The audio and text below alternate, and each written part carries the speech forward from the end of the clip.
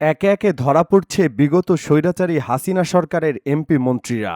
সেই তালিকায় নতুন করে যোগ হয়েছে সাবেক ভূমিমন্ত্রী ও খুলনা ৫ আসনের সাবেক সংসদ সদস্য নারায়ণ চন্দ্র, যাকে অবৈধভাবে ভারতে পালানোর সময় আটক করেছে বর্ডার গার্ড বাংলাদেশ বিজিবি।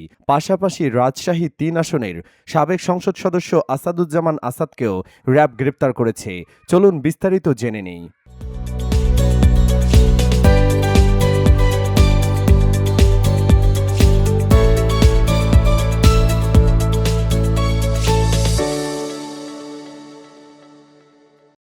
প্রথমেই আসি নারায়ণ চন্দ্রের ঘটনায়। রোববার ৬ সেপ্টেম্বর ঝিনাইদহের মহেশপুর সীমান্ত থেকে সাবেক ভূমিমন্ত্রী নারায়ণ চন্দ্রকে আটক করেছে বিজিবি। তাদের দেওয়া বার্তায় জানানো হয়েছে তিনি অবৈধভাবে ভারতে পালিয়ে যাওয়ার চেষ্টা করছিলেন। এটি নতুন করে আবার আলোচনায় নিয়ে এসেছে বিগত সরকারের নানা বিতর্কিত কর্মকাণ্ড এবং কিছু মন্ত্রী এমপিদের পালানোর চেষ্টার কৌশল। নারায়ণ চন্দ্র, যিনি বিগত সরকারের ভূমিমন্ত্রী ছিলেন, ২০০৮ ও ২০১৪, ২০১৮ সালে টানা ৩বার খুলনা ৫ আসনের সংসদ সদস্য হিসেবে নির্বাচিত হয়েছিলেন।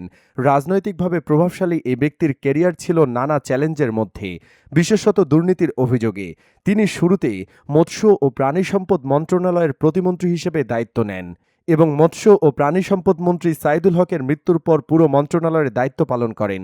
কিন্তু তার এই প্রভাবশালী অবস্থানের পেছনে লুকিয়েছিল বেশ কয়েকটি বিতর্কিত ঘটনা। নারায়ণচন্দ্র চন্দ্রের গ্রেফতার এই খবর দেশের রাজনৈতিক মহলে বড় ধরনের আলোড়ন সৃষ্টি করেছে। বিশেষ করে সাম্প্রতিক সময়ে যখন জাতীয় নির্বাচনের প্রস্তুতি চলছে, তখন এমন একজন ব্যক্তির অবৈধভাবে দেশ ছাড়ার চেষ্টা পরিস্থিতিকে আরও সংকটময় করে তুলেছে। অনেকেই মনে করছেন এটি কেবল একজন ব্যক্তির বিষয় নয়, বরং বিগত সরকার, মন্ত্রী, এমপি এবং তাদের ক্ষমতার অপব্যবহার এবং দুর্নীতির ফলাফল। এর পাশাপাশি রাজশাহী ৩ আসনের সাবেক সংসদ সদস্য আসাদুজ্জামান আসাদের গ্রেফতারের ঘটনা উল্লেখযোগ্য। গত ১৯ জুলাই বৈষম্যবিরোধী ছাত্র আন্দোলন চলাকালীন ছাত্র জনতার উপর হামলার ঘটনায় তার বিরুদ্ধে মামলা দায়ের করা হয়। সেই মামলায় র্যাব তাকে গ্রেফতার করেছে। আসাদুজ্জামান আসাদের বিরুদ্ধে ছাত্র আন্দোলনে হামলা এবং সহিংসতার অভিযোগে দায়ের হয়েছে, যা তাকে রাজনৈতিকভাবে আরও সংকটের মধ্যে ফেলে দিয়েছে।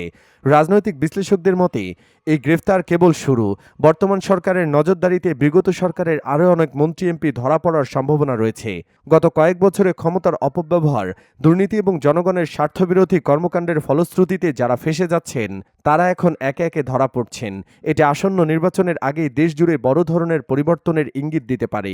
এমপি মন্ত্রীদের পালানোর চেষ্টা, দুর্নীতির মামলায় জড়িয়ে পড়া এবং জনগণের সম্পদ লুটপাটের ঘটনা কেবল বাংলাদেশের রাজনৈতিক অঙ্গনকে কলুষিত করেনি, বরং সাধারণ মানুষের আস্থা নষ্ট করেছে।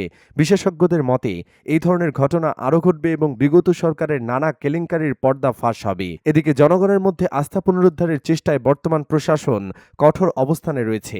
সরকারের উচ্চ পর্যায় থেকে নির্দেশ দেওয়া হয়েছে যেন এমন দুর্নীতিবাজ এবং ক্ষমতার অপব্যবহারকারীরা দেশের আইন অনুযায়ী উপযুক্ত শাস্তি পায়।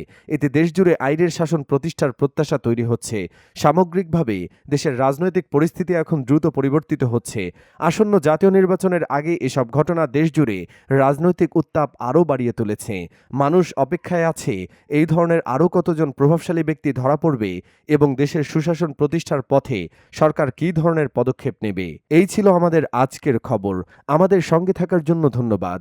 যদি এই ভিডিওটি আপনাদের ভালো লেগে থাকে তাহলে অবশ্যই লাইক, কমেন্ট এবং শেয়ার করুন।